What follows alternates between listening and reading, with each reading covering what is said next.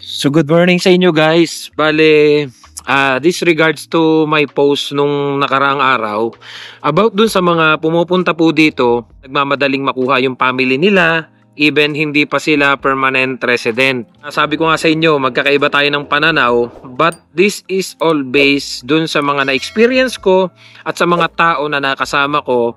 Kasi may mga ano po kasi dito, may mga nakita kong mga tao na nagmadali, hindi maganda yung kinalabasan ng pagmamadali nila. So may naipost nga po ako, ito babasahin ko sa inyo sa screen. Nakalagay po dito sa post ko, kung bagong dating pa lang po kayo sa Canada and wala pa kayong isang taon dito sa trabaho nyo, huwag nyong madaliin kunin ang inyong misis, mister, partner at mga anak ninyo. Hindi naman kailangang magmadali pumunta ng Canada at hindi naman karera ang tagumpay dito. Di ka rin naman mauubusan ng trabaho basta't di ka lang choosy. Ano ba naman yung maghintay ka ng 1 year bago mo sila kunin, sponsoran? Kailangan ikaw ang mauna dito. Mag-focus ka on preparing life for them, mag-ipon, mag-build ng credit, responsibilidad mo na maging comfortable ang mga mahal mo sa buhay pagpunta nila dito. Kaysa yung parehas kayong mga ngapa, di ba? Ito yung madalas na napapansin ko na may mga bagong dumarating dito either para mag-aral, student visa, or magtrabaho, temporary open work permit, tapos wala pa silang isang taon dito, parating na din ang pamilya. Why? All of a sudden, yung renta mo na 500 para sa solo room, biglang tatalo ng 1.5, around 2.5 CAD para sa 2-bedroom apartment, tapos kailanganin yung maglabas ng sasakyan para may magamit kayo. Dagdag gastos na naman, tapos para sa sasakyan, ang mahal ng insurance for newcomers. What if magkaiba po ang way of work ninyo ni Mr., Mrs. o dalawa car na ang need nyo? Dalawang insurance din agad bayaran, imbis na makakaipon kayo, nagne-negative ka na at gumagamit ng high interest in loans like Money Mart para may pambili ka ng bagong damit at kasangkapan sa bago mong 2-bedroom apartment na hirap ka ng bayaran. Darating si Mrs. Mister, imbis na makahinga muna at maka-adapt, hindi na kailangang maghanap na kaagad ng work kasi nga ang dami ng bayaran. 3 to 6 months na in Canada is not enough. Time to be stable. Lalo na if naka-entry level position ang pasok mo dito. Bigyan mo ang sarili mo ng 1 taon at least bago mo kunin ang pamilya mo. Mas okay na magkahiwalay ng 1 taon or 2 taon kaysa magmadali, magkasama at maghihirap kayo lahat. Bitawan ang pagiging idealistic. Mali yung sabi sa kanta na when we're hungry, love will keep us alive. So putulin ko na po, masyadong mahaba to eh. Ang dami kong nabasa na mga comment, mostly yung iba nasa Canada na. Sabi nga nitong mga ito, may pakikita ko sa inyong mga nag-comment dito sa ating post. Sabi ni Hawking 4,500, 1 year to establish life in Canada is not enough. Mabait pa si Sir Purge sa 1 year ang sinasabi. I came here long time ago as landed immigrant and ang cost of living is not that bad time compared to now. During my time, I gave myself to settle 3 to 5 years because that was usually I heard from people who came before me. It was a blessing on my part that I was able to make it in less than 2 years for myself. Usually 3 to 5 years is the normal timeline for period of transitioning, adapting, and embracing the life here. Sabi naman po nito ni Your Honorable, itong si Purge TV ang klase ng temporary foreign workers na nag-i-enjoy sa takbo ng buhay habang unti-unting inaabot ang pangarap sa buhay. Hindi nagmamadali at bawat galaw ay may kinukonsidera na mga sitwasyon. Alam niya ang kanyang status at di tulad ng iba na piling PR. Sana maging magandang halimbawa ka sa iba at nawa ay di ka magbago sa kung ano man ang values mo ngayon. Sabi naman ito ni Mercy 5482, correct. Minsan kasi may ugali na gusto agad-agad. Believe po talaga ako sa iyo kasi practical po talaga kayo mag-isip talaga. Good for future, kumbaga step by step po talaga kayo. Sabi naman ito ni Ryan Pena, salamat Kuya Purge, tama sinabi mo, mas okay na maghintay ng 1 or 2 taon kesa naman masumunod kami ng mga anak namin, hindi pa stable, intay-intay lang, darating din siguro yung time na magkakasama kami ng buong pamilya.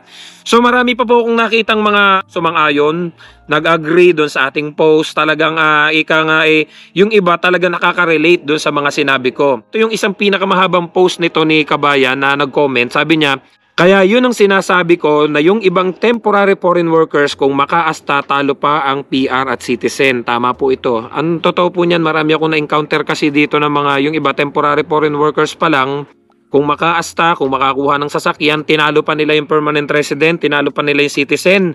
Ang dami ko po nakikita dito na PR na, citizen na. Alam niyo po mga gamit nila, 2001 na Honda Civic. Mayroon pa ako nakita, 1998 na Honda Civic.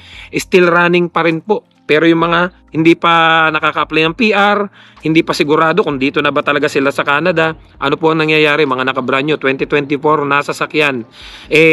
Kung ipapalo niyo po si Pinoy Kartok, talagang halos siya nagagalit na kasi nga, bakit daw yung mga dumarating dito na temporary foreign workers, 3 buwan pa lang, 4 na buwan pa lang, gusto kagad yung modelong sasakyan.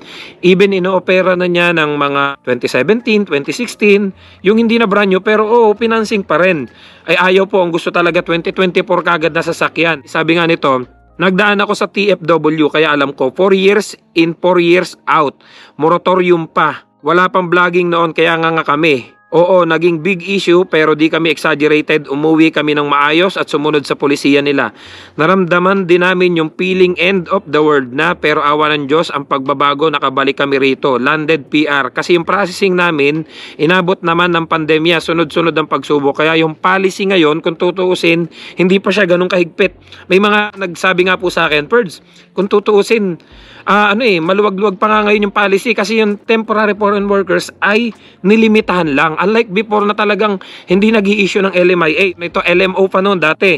So bakit namin natanggap ng maayos? Kasi hindi kami nag-astang PR. Hindi kami nagmamadali.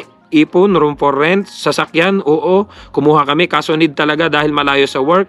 So marami pa po siyang mga idinagdag do sa ating post. At marami po naman ang sumang-ayon. Pero may isa akong nakitang sabi ko nga po sa inyo, lahat ng sinasabi natin, hindi naman lahat mag-agree. Okay po yan. Maganda po kasi na pag-uusapan natin.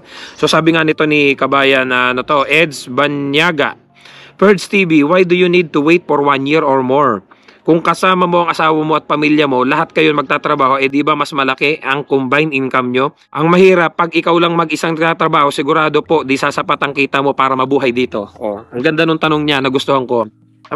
Minsan maganda yung may kumukontra sa mga sinasabi natin para na-explain ko naman yung side ko. Well, ito po kasing post na to, Kabayan, ay hindi po ito para, sa totoo lang yung mga dumarating dito na student, before, di po ba, ang student, pag nag-apply ka ng student, kasama mo na kagad yung husband mo or yung wife mo, yung spouse mo kasi pwede mo na kagad siyang isama, and then yung mga kids mo. So para sa akin, kung student ka dahil nagbayad ka na ng pagkamahal-mahal at ang plano mo naman talaga hindi mag-aral, kundi talaga makasama yung family mo dito while working, makakatulong po talaga yung spouse mo, kasama mo na. Kasi ilang oras lang po ang trabaho ng student. So yung asawa mo, ang full time, ikaw nag-aaral, tapos part-time ka, yung mga anak mo nag-aaral din. So, yung iba may mga cases din po na nahihirapan. Bakit? Kasi hindi sumasapat yung kanilang kinikita bilang student. Then, yung kanilang asawa, ang full time. Talagang yung mga kilala ko po dito, hindi ko po nilalahat. Yung mga kilala ko po dito, dahil student nga siya, 20 hours lang yung trabaho niya, yung kanyang asawa na full time, halos di na nagpapahinga. Para yung ang pantustos nila pambayad ng bahay at pang tustos do sa kanyang pag-aaral at saka doon sa kanyang mga anak. So, ang hirap po, di po ba? Kaya nga yung ibang student na sinasabi ko, yung mga kaibigan ko, sabi ko, kung talagang mapera kayo, walang problema mag-student. Pero yung parang ipapangutang ninyo para makapag-student dito. And then, papatayin mo na yung asawa mo. May kilala po kasi ako dito, talagang hindi na nagde-day off yung asawa niya. Talagang ako naawa, ilang buwan na, talagang di nagde-day off. Yung 5 days na trabaho niya, yung 2 days ipapasok pa rin. Sabi ko, nakakaawa naman, parang dahil sa pangarap na Canada. Tapos ngayon nga, nagkaganyan pa na yung mga after graduation, pauuwi na yung mga students. So sabi ko, paano na kaya yung plano nila? Akala nila, dito na talaga sila forever. Tapos ganyan. So parang, alam niyo yung parang i-give up nila yung ipon nila, yung mga, sana nagnegosyo na lang sila sa Pilipinas, dinala nila yung family nila dito. Tapos ngayon, hindi ko alam kung mapapauwi kasi nahihiya din naman akong tanungin. Ito pong post na to, hindi para ito dun sa mga dumarating dito na landed PR, yung mga permanent resident na po pagdating dito. Kasi kung PR na po kayo, kahit papano, yung paghahanap nyo ng trabaho, hindi kagaya ng mga temporary foreign workers na close working permit. Kung landed PR na po kayo, kahit papano, maluwag-luwag kayong maghanap ng trabaho. Kahit na anong hanapin nyo, kasi open work permit po kayo. Pero kung kayo ay darating po dito ng temporary foreign workers, close working permit, ito po Ito po i-share ko sa inyo yung mga karanasan ng mga kakilala ko at nakausap ko. Personal kong kakilala. Ito, meron tayong isang kakilala dito, wala pang 6 months, pinag-tourist yung kanyang asawa dito. Kasi nagmamadali nga siya, gusto niya makasama. And then ito, ihahanap daw niya ng trabaho. Nung time na okay pa yung tourist into working permit. Kaya lang, nahirapan siya. Talagang kung saan na siya nagtanong, naghanap. Wala talagang mahanap na trabaho. Siyempre, mag-asawa yan. Normal, yung ginagawa ng mag-asawa. So, nabuntis. So, para sa akin, walang masama doon. Mag-asawa eh. So, sabi ko, yun yung kaloob sa'yo ng Panginoon. Kasi wala, first baby nila eh. So, kahit pa paano, yung pagkakaturis naman niya dito, may kinahinat na. Nagka-baby na sila kasi matagal na rin nilang inihiling magka-baby. So, ang ipinunta talaga dito is maghanap ng trabaho. Wala nahanap na trabaho.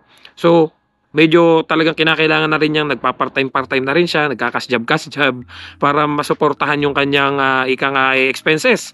Kasi dito yung asawa niya, walang trabaho. Tapos siya lang nag-iisang nagtatrabaho. Tapos ngayon, inaantay na lang na matapos yung visitors visa niya para umuwi. Majority nung kilala kong Pilipino na nagmadali, ito po yung naging sitwasyon. Dumating dito, temporary foreign workers, close working permit. Then nag-request, sir, baka pwede ako maging supervisor para makuha ko yung family ko. Nakuha yung family na dito na. And then wala namang planong mag-apply ng PR. Until na walang PR application, walang sinisimulan. Hindi pa nagse-self-pip or IELTS, hindi pa nag-aasikaso ng educational credential assessment niya. So wala pa. Ngayon, pag tumagilid kayo, kagaya niya na nga nangyayaring yan, at hindi na kayo na-renew, mapapauwi yung buong family mo, sayang lahat ng gastos mo. Kaya nga sabi ko lagi, i-secure nyo muna ang permanent residency. May mga kilala po kasi ako dito, wala pang lisensya. They don't even know how to drive. Kung kayo po ay malapit doon sa mga tren, sa bus, okay po yan, kahit papaano, makakaano. Kaya nga lang po, kung kalimitan doon sa mga kilala ko, ang lalayo. Yung iba nagtatrabaho sa farm. Yung iba kailangan bumiyahe. Yung iba kailangan talaga ng sasakyan. May service lang po yung kanyang trabaho kaya siya nakakapasok. Pero hindi siya marunong mag-drive. Imaginein mo, dadali mo yung family mo dito agad-agad. Wala ka pang 1 taon. O 6 months ka pa lang, nag-atat-natat ka na. Ako naman ay high skill naman ako, supervisor naman ako, pwede ko na madala yung family ko. Wala ka pang savings. Wala ka pang sasakyan. Hindi ka pa nga nakakakuha ng license dito kahit L. So, yung L, ang process po niyan is 2 years para maging N. At yung N, doon ka palang pwedeng mag-passenger. So, wala pang lisensya, hindi pa marunong mag-drive. Dumating yung asawa dito. Pagdating ng asawa dito, mga anak, hindi man lang niya maipag-drive kasi hindi siya marunong mag-drive. Yung iba naman, may sasakyan. Ang problema, dahil yung asawa niya, inihanap niya ng trabaho, ang layo ng mga nakuhang trabaho. So, wala na, hindi na siya natutulog. Ang aga pa ng pasok niya, gumigising na siya kasi ihahatid niya yung asawa niya muna. Tapos, alam niyo po yung stress na siya, hindi na siya nagpapahinga. Kasi kinakailangan niyang ihatid yung asawa niya. Yung asawa niya, nagtatalo na rin siya kasi hindi din marunong mag-drive. Hindi din marunong mag-drive. Tinuturuan niya, umiiyak, ayaw mag-drive. Kasi nga hindi marunong. At ayaw matuto talaga. Tapos yung mga anak niya ayaw nang pumasok kasi nga nag-i-snow. Hindi din naman niya maihatid kasi nga sala na sa oras ng kanyang trabaho. So bakit ko po sinasabi sa inyo to? Kung planado po lahat bago kayo magdala ng family dito, kahit papano iwas stress. Kasi meron po kasi ditong mga pagtatalo yung mag-asawa na dumating yung asawa mo, hindi mo maihatid sa trabaho kasi hindi ka marunong mag-drive. Dumating yung asawa mo, walang mahanap na trabaho kasi hindi mo masamahan, hindi ka marunong mag-drive. So kung kayo po i-establish na dito, nakuha yung permanent residency, may sasakyan kayo, alam nyo na yung pasikot-sikot, alam nyo kung saan nyo pwedeng ipasok yung asawa ninyo, alam nyo kung saan pwedeng mag-aral yung mga anak ninyo, napakagaan po. Alam nyo bakit? Pagdating ng asawa nyo dito, diyan kita pag-a-applyin, magtrabaho ka dyan. Para paghatid ko sa'yo dyan, papasok ako sa trabaho, isa lang yung way natin, magaan po. Imagine niyo po yung sitwasyon ng iba dito. Yung asawa niya nagko-commute, di niya maihatid kasi ang layo. Tapos yung way ng trabaho niya papunta dito, ang layo. So, unang-una, nagtatalo na sila kasi yung isa nagko-commute tapos inabot pa ng snow. Inabot ng snow. So, nahihirapan yung asawa niya mag-commute. Tapos, meron naman pong dumating dito, as in wala talaga. Walang sasakyan, di marunong mag-drive. Ginamit niya yung credit card niya pag mamadali makuha yung pamilya. Credit card, inutang pa ha. Wala pang savings. Kasi nagbabayad pa sa pagkakapunta niya dito. And then, ano nangyari? Napilitan siyang kumuha ng sasakyan na financing. So nagpatong-patong na yung bayarin niya. Ang nangyari, binabayaran niya yung bahay dati, mura lang, from 120 naging 1,700 na po yung kanyang nirerentahang bahay kasi doon sa unang bahay niya na 120 is accommodation for workers only. Kumuha siya ng bahay na basement na nirerentahan kasi nadyan na yung family niya, doon niya ititira. So lumaki yung gastos mo, pero yung sahod mo ganun pa rin, hindi naman nag-upgrade yung sahod mo. Pag laki ng gastos mo, yung sahod mo ganun pa rin. And then yung sasakyan, dagdag pang bayarin kasi nga kailangan mo na ng sasakyan, ihahatid mo yung asawa mo, yung anak mo. So hindi na niya na-manage. Ang nangyari po, nagpatong-patong yung utang niya. Nagpatong-patong yung utang niya, lumalapit na siya sa kung saan na, sa Money Mart, yung mga utangan dito, nangungutang na sa mga tao, lahat na ika nga inaabala, baka meron ka dyan. So yun po yung ating pinopoint out dito, paghahanda. Hindi po ito. Ang point po kasi natin dito, lahat naman is madala ang family natin. Bakit ba tayo nag-Canada? Bakit natin iniwan ang Singapore, ang Korea, ang Taiwan, maayos na yung trabaho natin diyan? Ang point po kasi lahat ng napunta dito, dito may permanent residency para makasama ang pamilya. So kailangan talaga natin is proper preparation. Iplanuhin po natin mabuti yung future dahil nakakaawa naman po kasi may mga kilala tayo dito. Yung mga anak pagdating dito ay pumasok sa school. Kasi nga, ang layo ng binabiyahe. Hindi naman po pare-parehas ang sitwasyon. Merong darating dito, ang layo ng school ng bata, doon sa trabaho mo. Buti sana, yung iba swerte. Yung bahay na nakuha nila, malapit sa trabaho, malapit pa sa school, tapos malapit pa yung napasukan ng asawa. So may mga ganun po. Kaya nga sabi ko sa inyo, hindi applicable to sa lahat. Pero majority po ng nakausap ko, ganun yung naging sitwasyon. Merong nag-aaway na, sabi nga nung asawa niya, kailangan mo matutong mag-drive. Kasi pag hindi ka nag-aral, hindi kita maasikaso kasi may trabaho din ako. So yun, pinukpok talaga niya, natuto naman mag-drive. Oh. So parehas sila nagda-drive. Kahit paano po kasi, kaya nga yung iba, sabi ko nga sa kanila, kung yung mga pamilya nyo, yung asawa nyo, nasa Pinas pa lang, i-enroll nyo na para matuto kahit paano mag-drive para pagdating dito, nagda-drive na. So hanggang doon na lang muna siguro guys. Maraming salamat sa panonood ng vlog natin, na i-share ko lang to. Kasi yung iba, medyo may nagtatalo-talo na daw sa comments. So kahit paano na-explain ko lang yung side natin. So see you guys sa next vlog. Don't forget to subscribe, like, and share this video para kahit paano may idea po kayo. Share nyo lang guys kung may mga experiences kayo para kahit paano naman tulungan tayo. So na-share ko lang kay Kabayan dahil nga tinatanong niya, 2 is better than 1. Yes, tama po yan. Exactly. Pero di po ba mas maganda kung secure na muna yung PR at may savings ka and then nagdadrive ka na. Mas maganda ang buhay mo dito sa Canada. I love you all. God bless. Bye-bye.